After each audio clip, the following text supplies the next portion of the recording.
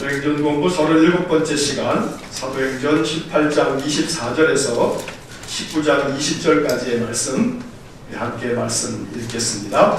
알렉산드리아에서 난 아볼로라 하는 유대인이 에베소에 이르니 이 사람은 언변이 좋고 성령에 능통한 자라. 그가 일찍이 주의 도를 배워 열심으로 예수에 관한 것을 자세히 말하며 가르치나 요한의 세례만 따름이라. 그가 회당에서 담대히 말하기 시작하거늘 브리스길라와 아굴라가 듣고 데려다가 하나님의 도를 더 정확하게 풀어 이르더라. 아볼로가 아가야로 건너가고자 하므로 형제들이 그를 격려하며 제자들에게 편지를 써 영접하라 하였더니 그가 감에 은혜로 말미암아 믿은 자들에게 많은 유익을 주니 이는 성경으로서 예수는 그리스도라고 증언하여 공중 앞에서 힘있게 유대인의 말을 이김이러라. 아볼로가 고린도에 있을 때에 바울이 윗지방으로 다녀 에베소에 와서 어떤 제자들을 만나 이르되 너희가 믿을 때에 성령을 받았느냐? 이르되 아니라 우리는 성령이 계신도 듣지 못하였노라. 바울이 이르되 그러면 너희가 무슨 세례를 받았느냐? 대답하되 요한의 세례니라.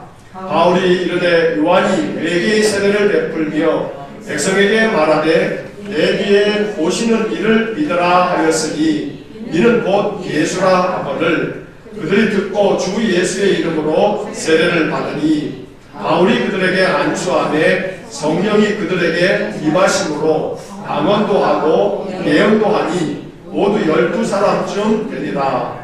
바울이 회당에 들어가 석 달 동안 담대히 하나님 나라에 관하여 강론하며 권면하되 어떤 사람들은 마음이 굳어 순종하지 않고 무리 앞에서 이 도를 비방하거늘 바울이 그들을 떠나 제자들을 따로 세우고 두란노 서원에서 날마다 강론하니라.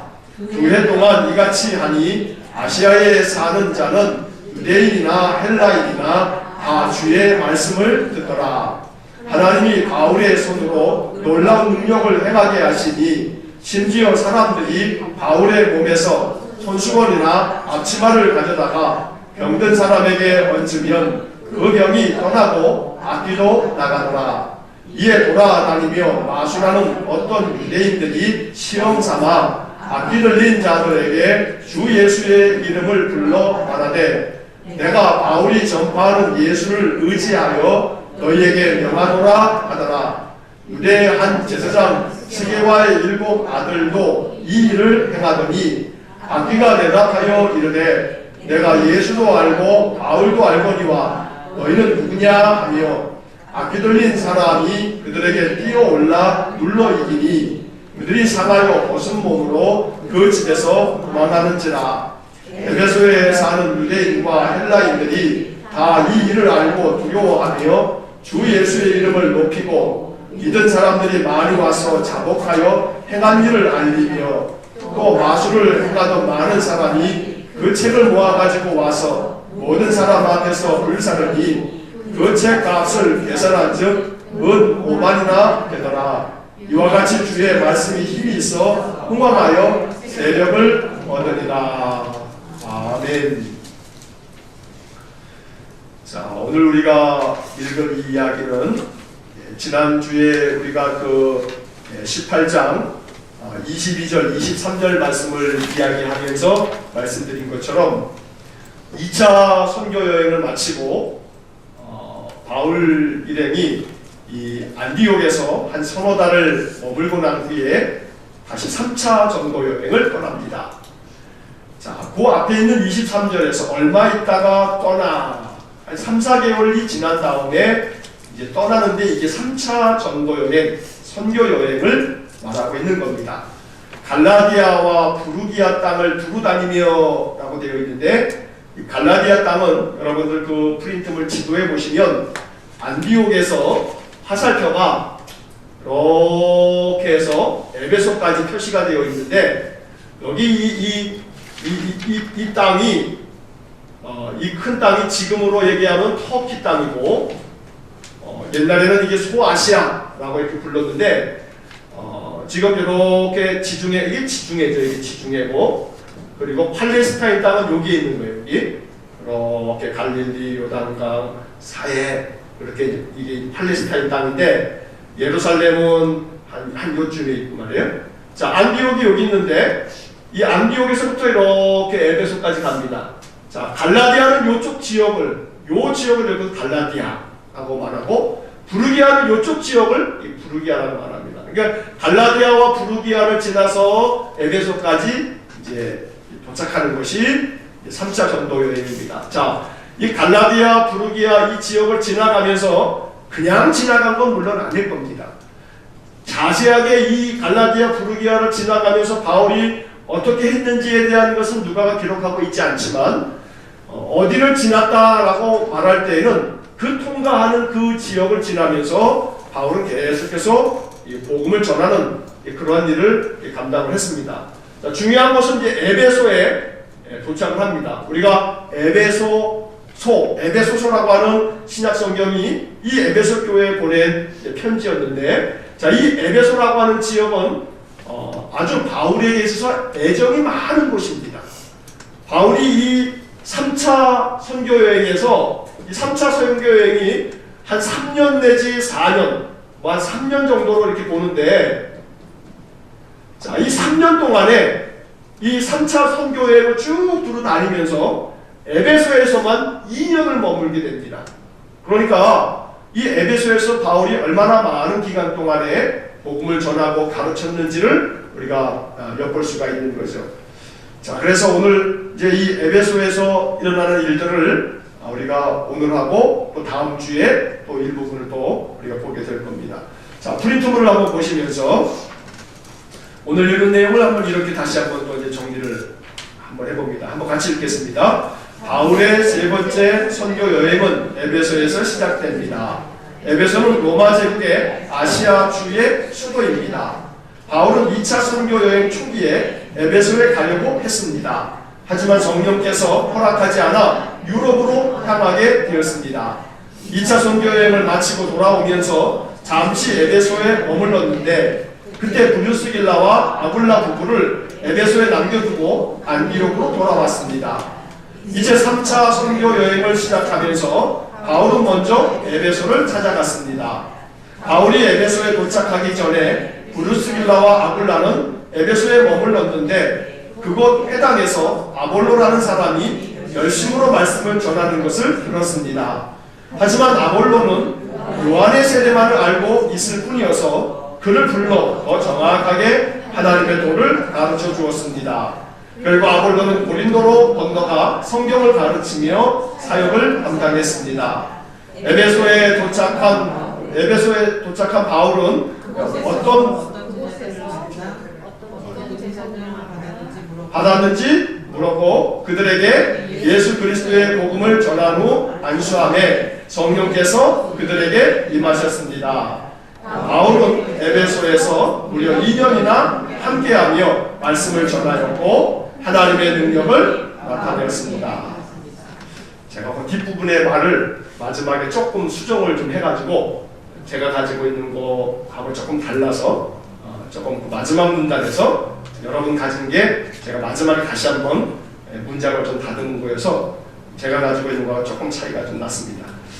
자, 내용을 한번 살펴보면서 지금 우리가 이렇게 말씀했던 것들을 제가 다시 한번 말씀드리겠습니다. 첫 번째 질문을 보시면, 바울이 에베소에 도착하기 전에 브리스길라와 아굴라는 그곳 회당에서 누구를 만났나요?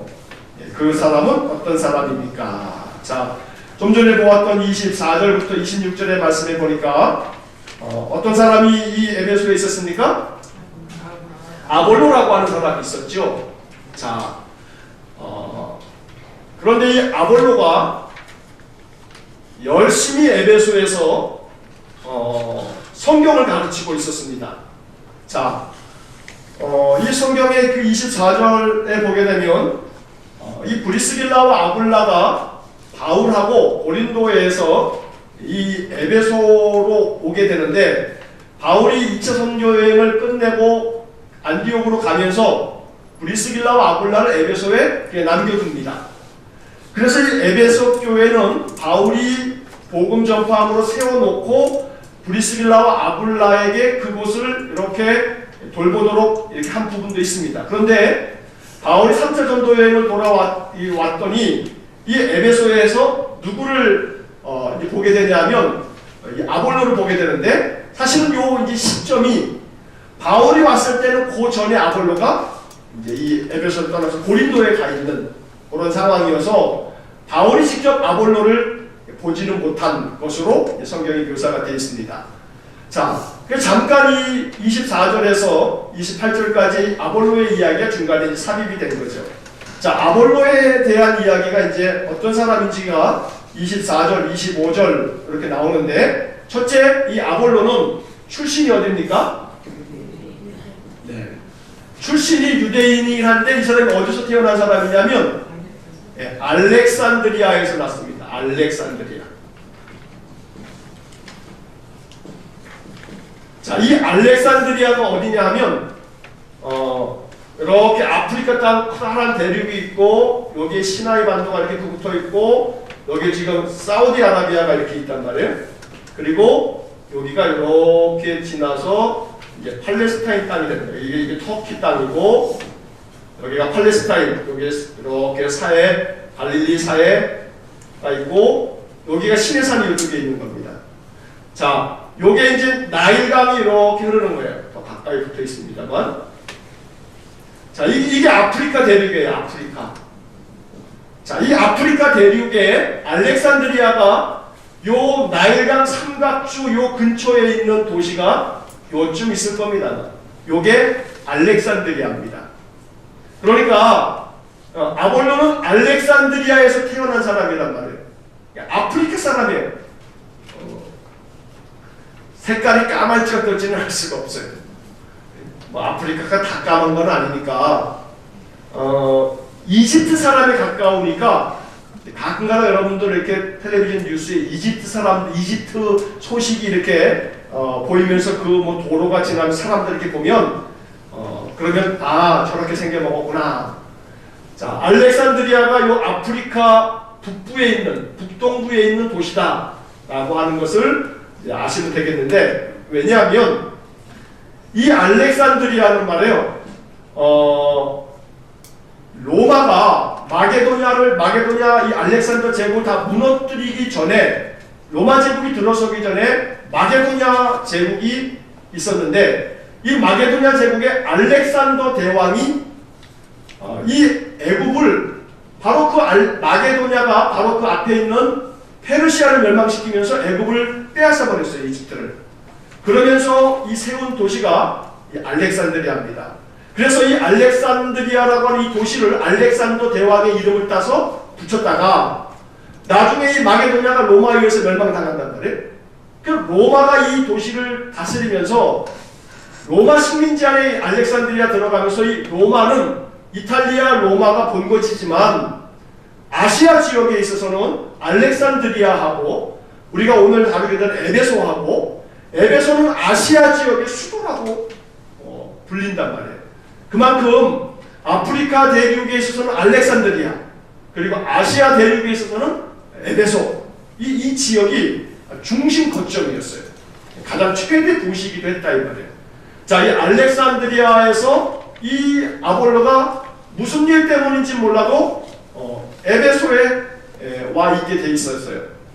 자, 그런데 이 아볼로라고 하는 이 사람이 그 다음 말씀을 24절 그 밑에 보면 어떤 사람이냐면 언변이 좋아요. 언변이 좋아가지고 말을 얼마나 잘하는지 몰라요. 아볼로라고 하는 이름의 뜻이 뭐냐면 웅변가라고 하는 뜻이에요. 웅변가. 그러니까는 말을 얼마나 잘했으면 웅변가, 저 사람 웅변가야 라고 하는 그 이름으로 이렇게 지금 알려지고 있는 거예요. 그러니까 어찌 보면 이 사람의 이름 자체가 아볼로라기보다는 사람들이 말을 하도 잘해가지고, 야, 저 사람 진짜 달변이네, 말 참 잘해, 웅변가는 웅변가. 웅변가라고 하는 말이 아볼로라고 하는 말이거든요. 그래서 붙여진 그의 이름이 돼버린 거죠. 예? 자, 이 언변이 매우 좋았고 중요한 것은 그 다음에 뭐라고 되어 있어요? 성경에 능통한 자였어요. 성경에 아주 능통한 자였어요.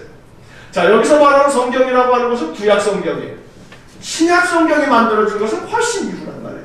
그러니까 구약 성경이 만들어져 있어서 이 구약 성경이 아주 매우 능통한 그런 사람이었어요. 자, 그런데 더 중요한 것은 이제 25절이에요. 이 아볼로에 대해서 우리가 이해를 할 때 이 25절을 우리가 잘 마음속에 좀 간직해야 돼요. 자, 25절 한번 다시 읽어보겠습니다. 그가 일찍이 주의 도를 배워 열심으로 예수에 관한 것을 자세히 말하며 가르치나 요한의 세례만 알따르니라. 자, 그가 일찍이 뭐 했어요? 일찍이 주의 도를 배웠단 말이에요. 자, 일찍이라고 하는 말은 이 아볼로가 아마도 더 젊었을 때, 어렸을 때부터 주님의 도를 배웠다 이 말이에요.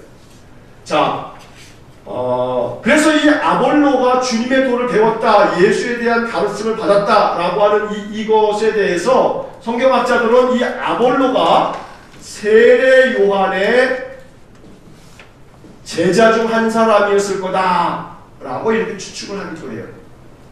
그래서 뭐 자세하게 세례 요한의 제자라고 하는 문헌은 우리가 알 수는 없지만 전승에 의하면 이제 그렇게 전해진다 이 말이에요. 자, 주의 도를 일찍이 배웠어요. 자, 그것을 그리고 난 다음에 열심으로 예수에 관한 것을 자세히 말하며 가르치나 이렇게 돼 있죠. 자, 여기 보면 주의 도를 배운 다음에 열심으로 예수에 관한 것을 자세히 말하면서 어떻게 했어요? 가르쳤어요. 아주 자세히 말하면서 가르쳤다 이 말이에요. 그러면 아볼로라고 하는 이 사람에 대해서 우리가 기억할 때 뭐 그 사람이 뭐 알렉산드리아 아프리카 사람이고 뭐 성경 능통하고 언변 좋고 이런 것도 좋지만 아볼로 하면 여러분들이 제일 많이 떠올리셔야 될 것은 이 아볼로라고 하는 사람이 주의 도를 어떻게 했어요? 배웠어요. 그리고 아주 열심으로 어떻게 했어요? 가르쳤어요. 열심으로 배우고 열심으로 가르친 사람이에요. 거기에 자세히라고 하는 말이 나와요. 자세히. 자, 이 자세히라고 하는 이 말을 다른 성경 번역들을 보게 되면 공동 번역이나 새 번역 같은 데서는 이 자세히라고 하는 말을 뭐라고 되어 있냐면 정확하게 가르쳤다 이렇게 말하고 있어요. 그러니까 아볼로라고 하는 사람이 말씀을 배우는 일에 열심을 다했고 그리고 그 말씀을 배운 다음에는 열심히 정확하게 가르쳤다 이 말이에요. 그래서 이 성경의 이야기를 열심으로라고 하는 것을 앞에 갖다가 붙여서 해석하면 열심으로 배우고 정확하게 가르쳤다. 이렇게 이 구절을 이해할 수 있단 말이에요. 따라해보세요. 배우는데 열심히 가르치는데 정확히. 이게 아볼로예요. 이 아볼로의 신앙을 우리가 배우면서 우리도 이 아볼로와 같은 사람이 돼야 돼요. 배우는 일이 어떻게 해야 돼? 열심히. 그러니까 수요일날 우리 교회가 수요일날이 많이 나오시는 거예요. 많이 나오시는 거예요. 2분, 4분, 14분, 한 14분, 15명 전후 이렇게 나오시거든요. 15명 전후가 나오는 건데 우리 교인이 주일 출석이 한 65명 전후가 돼요. 주일날 매주마다 65명에서 앞에 뒤에 이렇게. 자, 그러면 15명에서 20명 사이가 왔다 갔다 하시는데 대충 몇 프로예요? 한 25%에서 한 30% 정도 하세요. 25%, 30%. 그러면 맥시멈 30% 잡아도 1000명이면 300명 가까이. 1000명이면 300명 가까이. 그러니까는 제가 불광동에서 한 10년 있었는데 수요일 저녁에는요 한 100명도 차 안 돼요. 주일날 저녁 예배해야 한 200명 될까 말까 그래요. 그러니까는 우리 교회가 이 수요일날 여러분들이 비록 우리가 작아 보이지만 우리 전체 주일 출석률로 봤을 때는 포션으로 따지면 적지 않은 숫자예요. 여러분들이 나오셔서 열심히 말씀을 수요일마다 열심히 배워서 프린트를 잘 이렇게 꽂아 두고 열심히 배운단 말이에요. 이거 아주 굉장히 귀한 일이에요. 말씀을 잘 배워야 돼요. 정확하게 배워야 되고요. 목사님도 정확하게 어떻게 해야 되고요? 가르쳐야 되고, 여러분도 말씀을 배운 다음에 그 다음에 정확하게 가르쳐야 돼요. 정확하게 말하며 가르친다고 그랬잖아요. 그러니까 신자들도 정확하게 바르게 열심으로 배워서 바르게 정확하게 사람들에게 알려줄 줄 알아야 돼요. 자, 그래서 이 아볼로라고 하는 사람은 우리의 믿음의 좋은 모델이 된다 이 말이에요. 열심히 배우고 열심히 가르치는. 그러니까 평생 배우고 평생 가르치려고 하는 그런 자세가 우리에게 필요한 거예요. 자, 그런데 이 아볼로에 대한 이 이야기에서 열심으로 자세히 이 가르치고 또 배우고 이랬다라고 하는 이 말씀을 우리가 기억하면서 성경 한 구절을 좀 찾아보겠습니다. 이 말씀 우리가 마음속에 좀 간직해야겠어요. 로마서 12장 11절 말씀입니다. 로마서 12장 11절.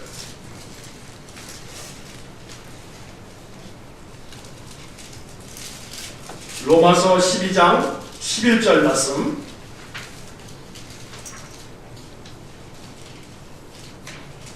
자, 찾으셨으면 우리 함께 읽겠습니다. 같이 읽겠습니다. 부지런하여 게으르지 말고 열심을 품고 주를 섬기라. 다시 한번요. 부지런하여 게으르지 말고 열심을 품고 주를 섬기라. 이 로마서 12장 21절의 말씀처럼 아볼로는 아주 열심으로 배웠고 정확하게 가르치려고 힘쓴 사람입니다. 우리가 부지런하여 게으르지 말고 열심을 품고 주님을 섬길 수 있는 아볼로의 그런 열정과 신앙이 우리들에게도 이어져 갈 수 있기를 간절히 소망합니다. 자, 그 뒷페이지에 보시게 된 두 번째 질문을 이제 보시면, 자, 아볼로는 아굴라 부부에게 하나님의 도를 더 정확하게 배우고 아가야로 건너갔습니다. 그는 거기서 많은 사람에게 복음을 전했습니다. 고린도 교회는 어떤 의미에서 아볼로의 영향 아래에 있다고 해도 과언이 아닙니다. 바울은 그런 아볼로를 어떻게 평가했나요? 자, 이 아볼로가 에베소에 있으면서 회당에서 열심히 전하는 것을 브리스길라와 아굴라가 듣다가 이 아볼로가 전하는 것에 2%가 부족한 거예요. 뭔가 부족해. 그래서 이 아볼로를 불러다가 이 브리스길라와 아굴라가 자기가 바울에게서 배웠던 그 예수 그리스도의 복음을 아볼로에게 전해줍니다. 아볼로가 브리스길라 아굴라에게 배워요. 그리고 난 다음에 이 아볼로의 마음속에 뜨거운 마음이 생겨요. 자, 27절 말씀 한번 보겠습니다. 다시 돌아가셔서 27절 말씀, 사도행전 18장 27절 그 앞부분에 보시면 아볼로가 아가야로 건너가고자 하므로 형제들이 그를 격려하여 제자들에게 편지를 써 영접하라 하였더니, 자, 아볼로의 마음속에 브리스길라 아굴라에게 예수 그리스도의 복음의 말씀을 듣고 난 다음에 그 심령이 뜨거워졌어요. 그리고 어디로 가려고 해요? 아가야로 건너가려고 했단 말이에요. 자, 아가야라고 하는 것은 도시 이름이 아니고 전체적인 이 경상도, 전라도, 충청도 이런 것처럼 이렇게 큰 지역을 말하는 거란 말이에요. 이 아가야 지역의 수도처럼 여겨지는 곳이 고린도란 말이에요. 그래서 이 아볼로가 고린도에 건너가게 돼서 고린도에서 다시금 이 복음을 열심히 가르치게 됩니다. 그래서 고린도 교회는 바울이 2차 전도 여행 중에 세운 교회지만 아볼로에 의해서 고린도 교회가 더욱더 말씀 안에서 단단해지게 됩니다. 그래서 나중에 문제 아닌 문제가 발생하게 돼요. 고린도 교회에 고린도 전서를 보게 되면 좀 이따 이제 펴서 보겠습니다만 이 고린도 교회 파벌이 생기는 거예요. 아, 우리는 바울파다. 우리는 베드로파다. 우리는 아볼로파다. 우리는 그리스도파다. 이러면서 사파전으로 고린도 교회가 막 갈려지게 되고 갈등이 생기는 거예요. 그래서 바울이 이 소리를 듣고 고린도 교회에게 편지를 보내죠. 자, 그러면서 바울이 아볼로에 대해서 하는 이야기가 있단 말이에요. 자, 고린도전서 3장을 한번 잠깐 건너가 보겠습니다. 고린도전서 3장 4절부터 9절까지의 말씀입니다. 고린도전서 3장 4절부터 9절까지 264쪽입니다. 자, 제가 한번 쭉 읽어가면서 말씀을 드리겠습니다. 어떤 이는 말하되 나는 바울에게라 하고 다른 이는 나는 아볼로에게라 하니 너희가 육의 사람이 아니리요. 그런즉 아볼로는 누구이며 바울은 무엇이냐? 그들은 주께서 각각 주신 대로 너희로 하여금 믿게 한 뭐라고요? 사역자들이니라. 자, 여기 4절 말씀에서는 바울에게다, 나는 아볼로에게다 이렇게만 말하고 있습니다만 바로 그 앞에 나와 있는 고린도전서 1장 12절을 한번 보세요. 고린도전서 1장 12절의 말씀을 보시면 한 장 앞으로 넘기시면 내가 이것을 말하노니 너희가 각각 이르되 나는 바울에게, 나는 아볼로에게, 나는 게바에게, 나는 그리스도에게 속한 자라 한다는 것이니 이렇게 말하고 있단 말이에요. 자, 이 말은 뭐냐면 이 고린도 교회에 이 사파전이 4개의 파당이 있는 거예요. 자, 첫째는 누구예요? 바울파가 있어요. 바울파. 우리는 바울파다. 두 번째는 우리는 아볼로파다. 우리는 게바파다. 이거 베드로라고 얘기해요. 베드로. 우리는 베드로파다. 마지막 네 번째로 우리는 그리스도파다. 그러니까 서로 바울을 더 따르고 아볼로를 더 따르고 베드로를 더 따르고 그리스도를 더 따르고 따르려면 그리스도가 최고이신 말이에요. 이 한국 개신교회도 말이에요. 예수교하고 기독교하고 싸우고 있는 거예요. 대한예수교 장로회, 대한기독교 장로회, 대한예수교 장로회하고 대한기독교 장로회하고 이게 뭔 차이예요? 아니 예수나 기독이나 그 말이 그 말인데 예수교 장로하고 기독교 장로하고 서로 싸워가지고 이렇게 나눠졌거든요. 그러니까 예나 지금이나 이렇게 서로 교회 안에서 서로 이게 편가름을 하는 거예요. 그렇다고 뭐 바울파하고 아볼로파하고 맞짱 떠가지고 한번 육박전을 한다든가 뭐 이런 건 아닙니다만 서로 그러한 패거리가 있다는 거예요. 패거리가. 자, 그런 가운데에서 그 뒤에 3장으로 넘어가게 되면 바울은 이 가운데서도 요 세 번째, 네 번째로 빼고 난 다음에 3장에는 다시 한번 얘기를 하죠. 3장 지금 4절에서 어떤 이는 말하기를 나는 바울에게다, 어떤 이는 아볼로에게다 라고 말하고 있지만 그 다음 5절에 그런즉 아볼로는 무엇이며 바울은 무엇이냐? 그들은 주께서 각각 주신 대로 너희로 하여금 믿게 한 뭐라고 그랬어요? 이게 다 그들은 다 뭐다? 사역자들이다. 사역자들이다. 자, 이 사역자라고 하는 말이 디아코노스라고 하는 말, 우리가 성경에서 사도행전 집사라고 하는 말도 디아코노스라고 하는 말인데 이 디아코노스라고 하는 것은 종을 의미하는 거예요. 종. 영어로는 서번트. 종을 말하는 거예요. 그러니까 바울이다 아볼로다 라고 말하지만 바울이 지금 쓰는 편지긴 하지만 이들이 다 뭐라고요? 그냥 사역자들이다. 디아코노스. 그냥 종에 불과하다 라고 이렇게 말을 하고 있는 거예요. 그러니까 바울은 고린도 교회에 바울인 나도 그리고 아볼로도 역시 마찬가지로 다 그냥 사역자일 뿐이다. 종일 뿐이다 라고 말하고 있어요. 자, 그 다음에 또 뒤에 보시게 되면 6절 말씀해 보니까 나는 심었고, 여기 나가 누구예요? 바울이란 말이에요. 바울은 고린도 교회를 처음에 복음의 씨앗을 심어놨다 이 말이에요. 그리고 난 다음에 아볼로는 뭐 했어요? 물을 줬단 말이에요. 이 아볼로가 에베소에서 고린도로 건너가서 이 고린도 교회에 많은 성도들에게 복음을 계속 전함으로 물을 줬어요. 그렇지만 오직 하나님께서 자라게 하시나니 그런즉 심는 이나 물 주는 이는 아무것도 아니로되 바울이든 아볼로든 우리는 아무것도 아니다. 오직 자라게 하시는 이는 누구다?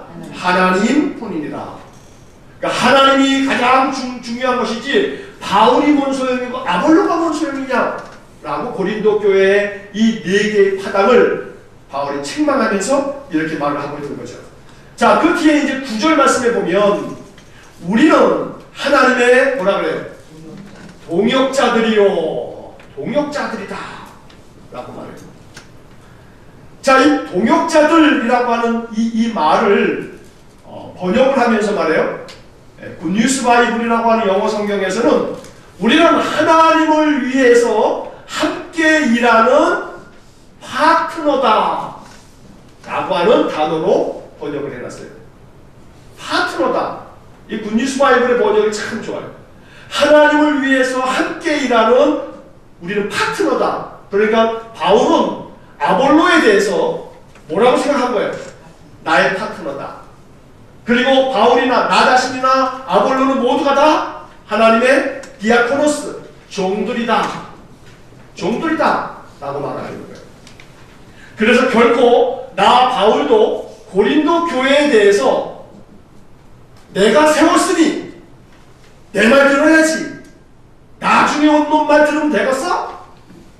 아볼로파 이런 놈들이 못된 놈들이지. 내가 이 교회를 세웠는데 내가 이 교회 원로야 이놈들아. 니네 지금 담임이 아볼로냐? 담임 말 들을래? 원로 말 들을래? 이렇게 하지 않는다 이 말이에요. 원로 말을 듣는 것도 담임 말을 듣는 것도 이게 다 쓸데없는 거고 우리는 다 하나님의 종일 뿐이고 아볼로는 나의 파트너다 라고 말하고 있는 거예요. 자, 이 말씀을 왜 드리냐면 어제 뉴스 보셨어요? JTBC는 지금 아주 연일 이 심각한 기독교 안에 있는 이 문제를 다루고 있다는 거예요. 긴 시간을 할애해가지고 명성교회가 지난주일날 결국은 저녁에 위임 예배를 드려보겠어요. 김삼하 목사 아들 김하나 목사를 담임 목사로 그냥 이제는 아주 위임식을 해버린 거예요. 이게 지금 아주 일파만파예요. 이게. 전에도 말씀드렸습니다만 이미 한국교회에 아주 거대한 대형교회 목사들이 세습을 한 것들이 이게 한두 건이 아니에요. 지금 대형교회들마다 저 시골 경상도 산골짜기 혹은 전라도 산골짜기 지리산 꼴짜기에 교회에 담임 목사직을 그 아들이 세습했다라고 하면 그 세습한 목사를 아들 목사를 아마 칭송할 거야. 찬송할 거야 아마.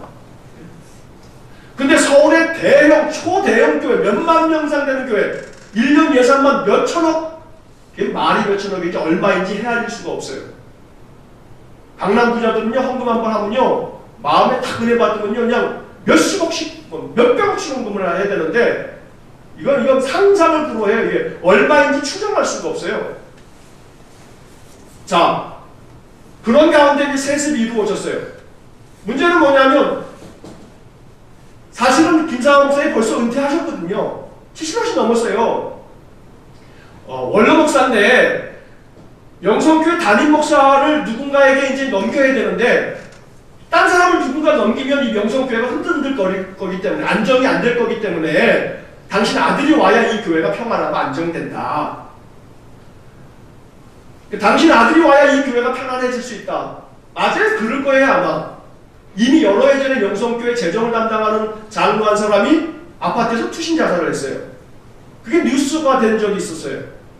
그게 이제 내부적으로 그 명성교회 재정적인 어떤 문제, 비자금이라든가 이런 문제 때문에 수사가 되다가 그냥 멈추었던 적이 있어요, 사실은. 그러니까 명성교회가 담임 목사가 은퇴하고 난 다음에 새로운 목사가 또 다른 사람이 오게 되면 이제 명성교회 새로운 여러 가지 많은 바람으로 이게 변화가 일어나게 되면 명성교회에 지금 있었던 모든 것들이 다 드러나니까 사실은 안정이 안 될 거예요, 아마 분명히. 그 말이 사실은 틀린 말은 아니죠. 결국은 그래서 바울이 고린도 교회를 세운 원로의 원로, 세운 개척자란 말이에요. 명성교회를 세운 분이 김삼하 목사예요. 그런데 그 다음 후임으로 사실은 자기 아들만이 와야 이 교회가 안정된다 하면서 그냥 우리 교단이 2013년도에 세습을 원천적으로 금지하는 교단 헌법을 만들었다 이 말이에요. 그러니까 세습을 하게 되면 교단 법속으로 이게 세습을 할 수가 없어요. 교단을 떠나야 돼요. 떠나야 돼. 그래서 지금 어제 장로신학대학에서 이 신학생들과 거기 교수진들이 저녁에 또 예배를 드리면서 이 반대 운동하면서 지금 그러고 있는데 저게 이제 어떻게 갈지 몰라요. 이제 총회 재판국에 이게 이제 고발이 되어지게 되면 재판국에서 이제 재판부관들이 판결을 내려야 돼요. 두어 달 안에 판결을 내려야 돼. 근데 헌법이 아직 개정되질 않았어요. 근데 헌법위원회에서 이렇게 해석을 내려줬는데 그 해석이 아주 험하게 해석을 내렸어요. 그 해석이 내려지자마자 그냥 세습을 지금 단행해버린 거거든요. 근데 헌법이 개정된 게 아니에요. 법적으로 따지면 저는 무효가 되버려요. 그럼 무효가 되는데 그 교회에서 가만히 있겠어요? 그럼 이제 교단 나가겠죠, 이제. 아마 교단 나갈 거예요, 아마. 결코 포기하지 않을 거거든요. 자, 이런 상황이 돼버렸어요. 바울이 고린도 교회가 딱 지금 그 모양이에요. 아마 이걸 그대로 내버려뒀으면요, 이 바울파하고 아볼로파하고 심각한 문제를 일으키면서 고린도 교회가 아마 깨졌을 거예요. 그러나 바울은 그냥 나도, 아볼로도 원로나 또 지금 담임이나 할 것 없이 그냥 하나님의 뭐다? 종이다 그냥. 우리는 그냥 파트너다 라고 여기면서 이걸 다 평정을 시켜버려요. 그래서 고린도 교회가 다시금 안정되고 회복되어진다 이 말이에요. 사실 한국 교회가 말해요. 이 원로 목사와 담임 목사 사이의 갈등으로 말미암아 교회가 만신창이가 된 교회들이 한둘이 아니에요.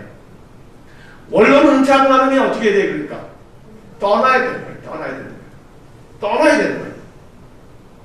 떠나지 않냐고 계속 뒤에서 수렴 청정하려고 하니까 문제가 생기는 거예요. 문제가. 원로가 되게 되면 딱 은퇴하고 나면 떠나야 되는 거예요. 이게 참 유감스러운 교회의 풍토예요. 그 은퇴를 하게 되면 그 교회를 나가지를 못해. 불광동의 이동준 목사님도 은퇴하고 난 다음에 그 교회를 예배를 출석을 안 해요. 사모님만 3부 예배 드린다고 제가 알고 있는데, 예?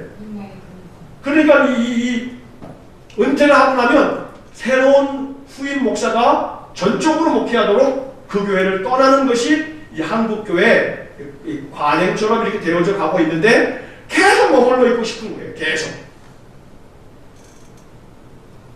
언론에 나오는 이 기사들을 보니까 아들 김하나 목사, 아이고 요놈도 말이에요. 미국처 열심히 이제 하기도 하고 공부를 하고 왔으면 이게 좀 깨어 있어야죠. 자기 아버지 보고 위임 예배 때, 예? 아버지 이 당회장 우리 김사하 목사님은 영원한 당회장이시고 나는 담임 목사라고 불러주라. 당회 위임이 됐으면 자기가 당회장이지. 자기 아버지를 영원한 당회장이시고 나는 담임 목사라 불러달라. 아니 영원한 당회장이 어딨어. 그러니까 이게 뭔가 해가닥하지 않으면 말이에요. 그런데 그 몇만 명, 10만 명 가까이 된다라고 하는 그 교회가 죄다 하나같이 그거를 맞다고 두둔하고 있으니 도대체가 말이에요. 그러니까 교회는 절대로 대형화되어서는 안 돼요. 그러면 그 대형화되게 되면 교회는 거기에 재정이 모이게 되고 돈이 많아지면 교회는 반드시 어떻게 돼요? 부패하게 돼 있어요. 어느 누구도 예외가 없어요. 돈이 많아지면 부패하게 되는 거예요. 그러니까 교회가 커지면 안 되는 거예요. 어느 정도 커지면 다 작게 그냥 나누어서 교회가 교회의 사명을 바르게 감당할 수 있어야 되지. 이 지금 바울과 이 아볼로의 관계는 정말로 아름다운 교회의 모습을 보여주고 있다고 말할 수가 있습니다. 자, 세 번째 질문을 이제 보시게 되면 아볼로가 고린도에 있을 때 바울이 에베소에 도착했습니다. 바울은 그곳에 있는 어떤 제자들을 만나 그들에게 무엇을 물어보았나요? 그리고 바울이 그들에게 어떻게 하였나요? 자, 아볼로가 고린도로 가고 난 다음에 바울이 에베소에 왔죠. 자, 에베소에 왔는데 이 에베소에 사람들이 예수를 믿는 사람들이 있는 거예요. 근데 와서 보니까 예수를 믿지만 이게 뭔가 빠져 있는 게 너무 많아요. 성령도 알지 못하고 그래요. 그러니까 이 바울이 에베소에 있는 사람들에게, 그 신자들에게 너희가 믿을 때에 뭘 받았느냐 그래요? 성령을 받았느냐라고 사도행전 19장 2절 말씀을 보면 이렇게 묻고 있어요. 자, 사도행전 19장으로 다시 넘어오시게 되면 너희가 믿을 때에 뭘 받았느냐? 성령을 받았느냐라고 물어보는데, 이 에베소에 있었던 이 신자들이 이야기를 하죠. 우리는 성령이 계심도 듣지 못했다. 성령이 계심도 듣지 못했다. 바울이 이야기를, 그럼 너희는 무슨 세례를 받았느냐? 그랬더니 우리는 요한의 세례를 받았다. 이 말씀이 아볼로가 요한의 제자였을 것으로 추정하는 그런 말씀이 되는 거예요. 아볼로에게서 말씀을 배웠던, 성경에 정통한 이 아볼로에게서 말씀을 배웠던 이 에베소에 있는 신자들은 예수에 대해서 듣기는 했지만 그러나 성령을 알지 못하는 거예요. 자, 그래서 이 바울이 이 에베소에 있는 신자들에게 이제 예수 그리스도를 전하게 되고, 예수 그리스도의 복음, 십자가와 그의 부활을 말씀으로 쭉 가르치고 난 후에 예수 이름으로 세례를 베풉니다. 그리고 바울이 그들에게 안수를 하니까 그들이 성령을 받게 되고, 그리고 성령이 임하면서 그들이 방언을 하고 또 예언을 하게 됐다 이 말이에요. 자, 이 에베소에 있는 사람들에게 바울이 안수를 했어요. 그랬더니 그들에게 성령이 임했고, 그들은 뭘 하게 됐냐면 방언을 말하고 예언을 하게 됐어요. 자, 요 도식을 그냥 그대로, 그래가지고 지금도 어느 교회들은, 요게 뒤에서 이제 우리가 방금 앞으로 바로 뒤에서 나오는 이야기입니다만, 자, 요런 사도행전의 요런 도식들을, 이러한 순서들을 오늘날 현대 기독교의 목회자들 중에 이래야 된다라고 하는 말은 맞는데, 요 과정에서 성령이 임하는 것을 자꾸 뭔가 쇼를 하려고 하는 목회자들이 있다 이 말이에요. 성령이 임하는 것을 자꾸 쇼를 하려고 하고, 쇼가 뭐예요? 보여주는 거. 성령이 임하는 것을 자꾸 보여주려고 하는 목회자들이 있어요. 이게 뭔 말이냐면, 종종 어느 교회들은 이 성령 집회, 성령 부흥회 뭐 이런 것들을 하면서 교인들을 말씀을 전하고, 성령께서 이 시간 여러분들에게 우리 가운데 임하실 것이라고, 성령이 임재하심을, 성령이 임하심을 간절히 갈망하고 성령 받기를 소망하는 사람들은 일어나시라고. 그럼 성령 받기를 소망하는 사람이 일어나는데 목사가, 여러분 안 일어나겠어요? 다 일어나겠죠. 그래서 설명을 해요. 성령이 임하시면 여러분들 안에 이제 성령께서 여러분들을 이렇게 넘어지게 하신다고. 쫙 설명을 해요. 자, 그리고 난 다음에 성령께서 이 시간 임하시는 것을 우리 갈망하면 우리 안에 그러한 능력이 나타날 거라고. 자, 그리고 난 다음에 스텝들로 하여금 자리를, 스페이스를, 간격을 넓혀요. 넘어지면 뒤에 넘어지면 다치지 않도록. 자, 그리고 그 준비된 스텝들이 다 훈련이 다 돼 있어요. 이 사람들도 한 번씩 다 몇 번씩 넘어져 본 사람들이에요.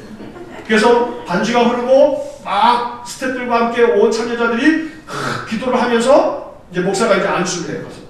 딱 안수를 하면 뭐라 그냥 안수를 하면 이 사람이 앞에서부터 한 사람 한 사람이 폭 쓰러져요. 쓰러진 모든 사람들이 목사님이 결국 밀어서 쓰러진 것은 아니야. 맞아요. 밀어서 쓰러진 건 아니에요. 그러나 이렇게 해서 계속 안수하면서 거의 거기 나와 서 있는 사람들이 거의 전체가 다 쓰러지는 것을 제가 어느 교회, 우리 가까운 우리 노예 안에 어느 교회 가서 봤어요. 그리고 그 사람들 중에 쓰러져 있으면서 쓰러져서 막 우는 사람 있고, 막 웃는 사람 있고, 방언하는 사람 있고, 막 대단한 성령 쇼가 연출되고 있어요. 성령이 임하시는 것이, 안수하면 성령이 임하면서 방언하고 예언하는 이 사도행전에 지금 말하고 있는 이런 에베소 교회의 이런 표적들이 요대로 재현되기를 소망하는 마음 간절하나, 집회 때마다 자꾸 성령 임하는 것을 쓰러뜨리는 걸로 나타내 보이려고 하는 교회들이 있다 이 말이에요. 성령 자꾸 이런 식으로 받으면 그런 사람들의 신앙은요, 자꾸 샤머니즘 쪽과 기독교가 짬뽕이 돼버리는 아주 묘하고 야릇한 신앙이 돼버려요. 성령께서 뭘 못하시겠어요? 뭐 쓰러지게만 하시겠어요? 쓰러지면 일으키기도 하시는데. 그러니까 성령의 임하심을 통해서 그렇게 쓰러진다라고 하는 이것이 성경 어디에도 성령 받고 쓰러졌다라고 하는 표현을 볼 수가 없으니까 요즘에 현대 21세기의 성령은 사람들 자꾸 쓰러뜨리는 모양이죠. 그러니까 이게 그렇게 쓰러지면서 사람들의 고백은 쓰러져 있는 그 잠시 동안에 매우 하나님 나라에 들어간 것 같은 굉장한 평화를 느꼈다라고 이야기를 해요. 자, 그렇게 되게 되면, 예? 그러죠? 맞아요. 그런 성령을 받고 싶으니까 그런 교회에 사람들이 벌떼같이 모이는 거예요. 그 성령 받고 싶어서. 왜요? 성령이 보이게끔 만들어준다 이 말이에요. 성령이 보이니까 사람들이 안 보이겠어요? 사람들은 보이는 거에 확 마음이 동하게 돼 있거든요. 그러니까 그렇게 경험한 사람들은 말이에요. 와, 내가 이날 성령 체험했다라고 하는 확신을 갖게끔 돼요. 자, 이렇게 확신을 갖게끔 된 사람들이 이제 어떤 모습을 보이냐면 그렇게 자기에게 안수해서 성령 받게끔 해준 사람이 누구예요? 목사 아니에요, 목사. 그러니 목사가 이제 어떻게 보여요, 이제? 대단한 하나님의 대리인이요, 성령을 막 갖다 부어주는 능력의 사람으로 보이겠지요. 그러면 그 목사가 한마디 하게 되면은 파츠로 매주를 써도 듣는 거예요. 그렇다고 그러는 거예요. 그러니 성령이 우리에게 나타나실 때, 우리에게 임하실 때 나타남이 없다라고 말할 수는 없어요. 그러나 이것은 항상 모든 집회 때마다 자꾸 이슈, 뭔가를 성령이 임하는 것을 보여주려고 하는 이러한 행위는 기독교를 아주 매우 왜곡시킬 수 있는 여지가 너무나 많은 함정이 있다 이 말이에요. 성령이 임하시면 예배 드리다가도 쓰러질 수 있죠. 그러나 그것이 매 집회 때마다 그래야 되는 것처럼 모든 교인들을 쓰러뜨리는 것은 상당히 위험한 발상이다 이 말이에요. 그러니까 만약에 그런 소리를 듣거나 그런 교회가 있거나 우리 예배 집회에 참석해보라고 성령이 임하면 막 이른다라고 하는 얘기를 주변에서 듣거나 그러면 오늘 이렇게 이런 강의를 들은 사람들, 우리들은 거기에 현혹되지 말아야 된다 이 말이에요. 성령이 임하면 방언을 하게 되고 예언을 하게 되고, 맞아요. 방언도 할 수 있고 예언도 할 수 있어요. 그러나 이 이야기가 담고 있는 중요한 메시지를 우리가 이해해야 할 것은, 제가 자주 이 사도행전 그 2장에서도 이 성령 강림에 대한 얘기할 때도 말씀드렸습니다만, 자꾸 방언과 예언에 초점을 맞추지 말라 이 말이에요. 이거는 무시하거나 이것이 없다라고 말하는 게 절대 아니에요. 예수 믿으면서 방언 받기를 사모하셔야 돼요. 예언의 은사를 사모하셔야 돼요. 예언의 은사가 자꾸 앞날 얘기하는 거라고 생각하면 안 된다고 말씀드렸죠. 맡길 예자, 말씀 원자. 하나님께서 맡겨주신 말씀을 말하는 게 예언이에요. 그래서 사람들하고 말하면서 하나님 말씀으로 항상 사람들에게 주의 말씀으로 이야기를 해. 그 사람은 뭐가 있는 거예요? 예언의 은사가 있는 거예요. 그러니까 방언을 말하고 예언을 하셨다라고 하는 이것을 자꾸 어떤 이상한 어떤 현상으로 이해하려고 하지 말고 그들 안에 뭐가 이루어졌다? 변화가 이루어졌다 이 말이에요. 성령이 임하니까 그들의 뭐가 바뀐 거예요? 이거 다 뭐와 관련되어 있는 거냐면 말과 관련된 말. 그들의 뭐가 바뀐 거예요? 말이 바뀐 거예요. 언어가 바뀐 거예요. 이 언어가 바뀌었다고 하는 것은, 언어는 뭘 의미하는 거냐면, 이 언어는 사람의 정신을 의미합니다. 정신. 언어라고 하는 것은 그 사람의 정신을 말하고 있는 거예요. 그러니까 그 사람의 언어를 보면 그 사람의 인품을 알아요. 그 사람의 교양을 알아요. 그 사람이 얼마나 믿음 안에 있는 사람인가를 알 수 있다 이거예요. 언어는 그의 정신을 담고 있는 거거든요. 그러니까 성령이 임하자 방언도 하고 예언도 했다. 맞아요. 이게 하나님 나라의 언어가 됐든 제2 외국어가 됐든 방언도 할 수 있고 예언도 할 수 있어요. 앞날에 대한 이야기까지도 예언할 수도 물론 있어요. 자꾸 그런 행위에 초점을 맞추면 성령이 임하시는 것 자체가 매우 미신적이 되버려요. 성령이 임하심으로 이러한 하나님의 역사가 일어났었고 지금도 일어날 수 있는데, 우리가 초점을 맞춰야 될 것은 성령이 임하심으로 그들의 삶의 중심인 그 언어와 그 정신이 바뀌어졌다, 변화되었다, 이렇게 이해를 하는 것이 오늘날 우리들에게 있어서 요 이야기들을 좀 더 건강하게 이해할 수 있는 바람인데, 그래서 오늘 이 바울이 이 에베소 교회에 안수하니까 성령이 임하면서 방언과 예언을 했다. 그러면 목회자가 안수하면 성령 받고 우리가 기도하면 성령 못 받고 이런 게 아니라 이 말이에요. 바울이 안수했으니까 성령 받았다, 이렇게 해서 바울에 자꾸 초점을 맞추면 여기에 또 상당한 문제가 있는 거예요. 성령을 부어주시는 분은 하나님이시지 바울이 아닌 거예요. 바울로 통해서 예수 그리스도의 복음을 들은 사람이 복음으로 감동이 되어 있었길래 성령을 받은 것이지, 무조건 그들이 예수 그리스도의 복음으로 감동도 안 돼 있는데 그냥 바울이 손만 얹으면 이것은 상당한 많은 문제들이 있을 수가 있어요. 자, 그 뒤에 보시게 되면 네 번째 문제를 보면 질문에 바울은 에베소에 상당한 애정을 가지고 있었던 것 같습니다. 2년이 넘도록 에베소에 머물면서 제자들을 따로 세워 두란노 서원에서 날마다 강론하였습니다. 그뿐 아니라 에베소에서 바울을 통하여 하나님께서는 어떤 능력을 나타내셨나요? 자, 8절부터 12절을 보게 되면 바울이 에베소에서 참 애정을 가지고 오랜 동안 머물죠. 한 석 달 동안에 회당에 들어가서 하나님 나라에 대해 강론도 하고, 그런데 어떤 사람들은 마음이 굳어져서 순종도 안 하지만, 그러나 그 가운데 믿는 제자들이 있다 보니까 그 믿음의 제자들을 따로 세워서 두란노 서원이라고 하는 곳을 빌려서 거기서 이제 제자 훈련을 시키는 거예요. 그 제자 훈련을 몇 년 동안 시키냐면 2년 동안 제자 훈련을 시켜요. 자, 이렇게 날마다 강론을 하는 거예요. 날마다 이 사람들이 제자 훈련을 받아요. 얼마나 에베소 사람들이 말씀 배우는 일에 열정이 있는지 몰라요. 날마다 강론하는 거예요. 날마다. 내년도에 우리 교회가 이제 10주년인데 말이에요. 10주년에 뭐 했으면 좋겠어요? 여러분, 10주년인데 요즘에 마음에 계속 내년도 어찌하면 좋겠습니까? 새벽마다 기도하면서 말해요. 내년도 10주년. 이대로 우리가 10주년을 그냥 뭐 10주년이고 별건가 하고 맞이하고 그냥 지나갈 수도 있지만, 이 10주년이 갖는 의미를 우리가 좀 의미 있게 보낼 필요가 있어요. 이번 주에 이 사도행전 19장 이야기를 읽으면서 제 마음속에 이런 소망이 생겨요. 계속 기도하는 바입니다만, 내년도에는 우리 교회가 이 두란노 소원 같이 말이에요. 말씀 배우는 일에 한번 전념할 수 있는 어떤 한 해가 될 수 있으면 좋겠어요. 내년도에 한 해는.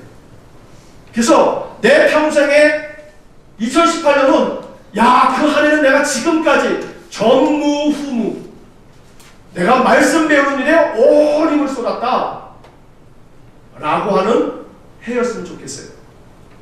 내년 한 해 우리 교회 10주년을 맞이하면서 우리 한 사람 한 사람이 교회란 말이에요.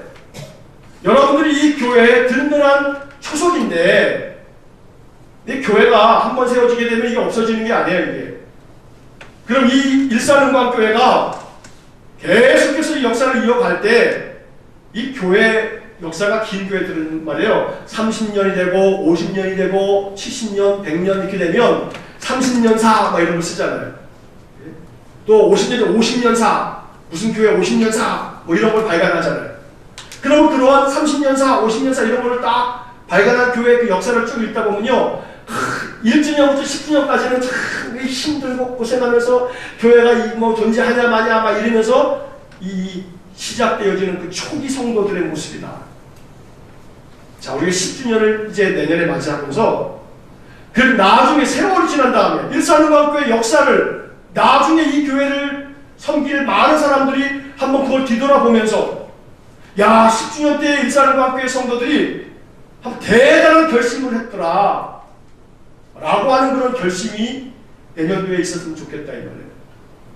마음속에 내년 한 해는 두란노 서원 같이 말이에요. 에베소 교회처럼 두란노 서원에서 그들이 사도 바울로부터 2년 동안에 날마다 강론하는 바울의 말씀을 들으면서 훈련이 되어졌다 이 말이에요.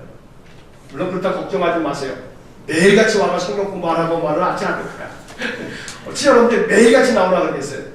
매일같이는 아니지만 내년도에는 말씀 배우는 일에, 말씀 읽는 일에, 복음 전하는 일에 우리가 좀 매진할 수 있는 그런 해가 되었으면 좋겠어요. 자, 2년 동안 두란노 소원에서 말씀을 강론했는데 중요한 것은 그 다음에 바울의 손을 통해서 놀라운 능력이 나타나죠. 자, 오늘 본문의 말씀 여러분 11절의 말씀을 한번 다 같이 읽어보겠습니다. 11절 같이 읽겠습니다. 하나님이 바울의 손으로 놀라운 능력을 행하게 하시니. 자, 여기서 주어는 뭐냐면 누가 행하게 하는 거예요? 하나님이. 누굴 통해서요?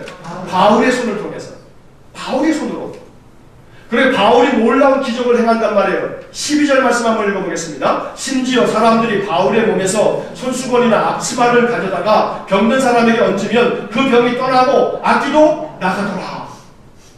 대단하죠?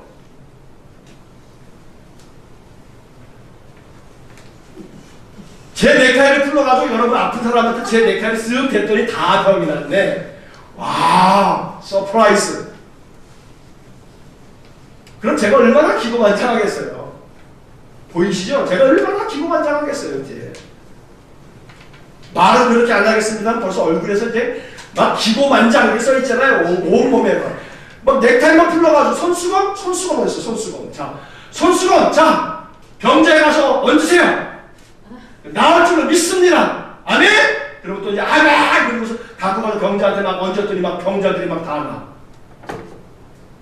바울에게 그런 일이 있었는데, 근데 바울이 고린도 교회에다가 뭐라고 얘기했어요? 아까?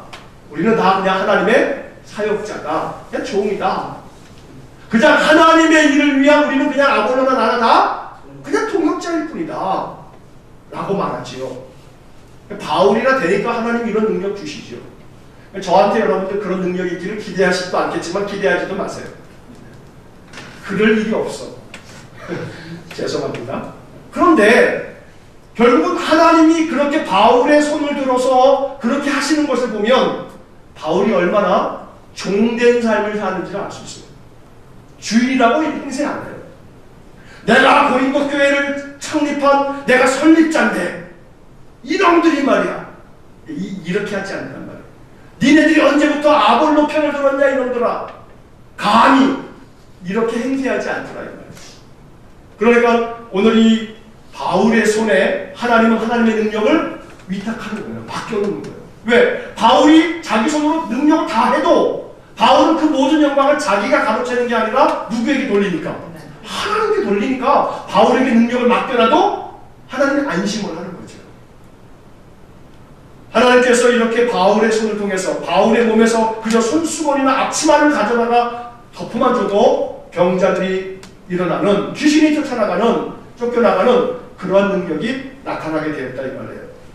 오늘 이 말씀 앞에서 우리는 바울의 그 능력에 초점을 맞출 게 아니라 하나님이 바울에게 그런 능력을 부어주실 만큼 하나님은 바울을 믿었던 거예요. 바울의 중심이 얼마나 겸손한 자인지, 모든 영광을 자기가 가로채지 않을 거라고 하는 것을 하나님은 아신 거예요. 그러니까 바울의 능력에 초점을 맞추기보다는 바울의 그 인품과 그 신앙을 배워야 되는 거예요. 자꾸 이런 거 보게 되면 바울의 능력에 초점 맞추잖아요. 와 대단하다, 바울이 막 그냥 이런 기적을 행했대. 그 기적이 중요한 것이 아니라 하나님이 얼마나 그 바울의 인품을 보면서 감동하셨으면 그런 능력까지 부어주시면서 맡겨놓으시겠냐 이 말이에요. 믿음직하지 않으면 맡기지 않죠. 얼마나 믿음직했으면 바울에게 맡겼겠어요. 그런 놀라운 능력을 말해요. 그만큼 바울을 우리는 더 깊이 그의 신앙과 인품을 생각해 봐야겠어요. 자, 마지막으로 5번째 질문을 보면 재밌는 일이 하나 있는 마지막 소개가 되고 있어요. 바울을 통해 하나님의 능력이 나타나는 것을 보자 마술사들도 바울의 흉내를 내었습니다. 또한 유대인 제사장 스게와의 일곱 아들도 악귀 들린 자에게 바울을 흉내내다가 어떤 일이 벌어졌나요? 재밌는 일이 벌어졌죠. 자, 15절 말씀만 한번 읽어보겠습니다. 15절 같이 읽겠습니다. 악귀가 대답하여 이르되 내가 예수도 알고 바울도 알거니와 너는 누구냐? 이거 아주 사도행전에 나오는 가장 이게 아주 재밌는 이거 아주 코미디. 귀신이 말하는 거예요. 야, 이 새끼야. 내가 바울도 알고 예수도 알는데 너는 누구냐, 이 새끼야. 그러면서 이 악기가 이 스게아의 일곱 아들에게 확 덮쳐버린 거예요. 그러니까 이놈들이 그냥 그 귀신이 덮치니까 그냥 호들한 옷을 벗어버리고 도망을 치더라니까요. 참 이걸 웃어야 되나 말아야 되나 말에 이런 아주 웃기는 일이 벌어졌어요. 자, 문제는 이 마술사들도 또 제사장의 아들들이라고 말하는 이들도 하나님의 능력을 예수 이름으로 행해지는 이것을 흉내내다가 그냥 예수 이름으로 하면 되겠지 하고 흉내내다가 이런 꼴을 당했다 이 말이에요. 예수 이름이라고 하는 그 자체에 어떤 능력이 있는 게 아니라 이 말이에요. 그냥 예수 이름으로만 뭐라고 하면 되는 게 아니라 이 말이에요. 그건 주문이 아니에요. 주문. 수리수리 마수리 뚝딱 예수 이름으로 뚝딱 이게 아니에요. 그러니까 결국은 이 본문의 이야기는 바울의 능력이 예수의 이름으로 말미암는 것이지만 예수 이름이 결코 주문이 되어서 주문으로 마술사가 주문 부리다가 뿅 하면 뭐가 나타나듯이 그런 것이 아니고 예수 그리스도의 능력은 매우 인격적으로 역사하신다 라고 하는 사실을 우리가 이해해야 됩니다. 내가 예수 그리스도를 얼마나 인격적으로 사모하고 존중하고 신뢰하는지 예수 그리스도와 나와 사이에 인격적인 관계가 어떠한지 여기에 중요함이 있는 거예요. 예수라고 하는 이름 자체가 무슨 어떤 효능이 있는 그런 마법의 마술이 아니고 예수 그리스도와 나는 어떤 인격적 관계를 가지고 있느냐 이게 중요해요. 내가 얼마나 예수를 신뢰하며 내가 얼마나 예수의 가르침으로 내 마음을 채우고 예수님으로 말미암아 내가 구원함을 얻을 뿐만 아니라 우리 주님의 말씀으로 늘 무장되어지기를 사모한다면 우리에게는 놀라운 역사들이 일어날 거라 했습니다. 오늘 이 말씀을 통해서 결국 스게와의 일곱 아들들 이 예수의 이름으로 바울처럼 흉내냈다가 귀신들이 덮치는 그런 봉변을 당했지요. 오늘 우리들에게 있어서 예수 그리스도를 믿는 우리의 믿음이 그저 허세, 모양뿐인 그저 겉으로만 형식적인 그런 것이 아닌 우리의 속 중심이 예수 그리스도와 더 깊은 인격적 교제를 가지면서 주님을 신뢰함으로 하나님께서 우리 안에 성령의 능력을 부어주시는 그런 놀라운 은혜의 삶이 될 수 있기를 주의 이름으로 간절히 축원합니다. 자, 이 시간에 우리 잠시 한번 기도하시겠습니다.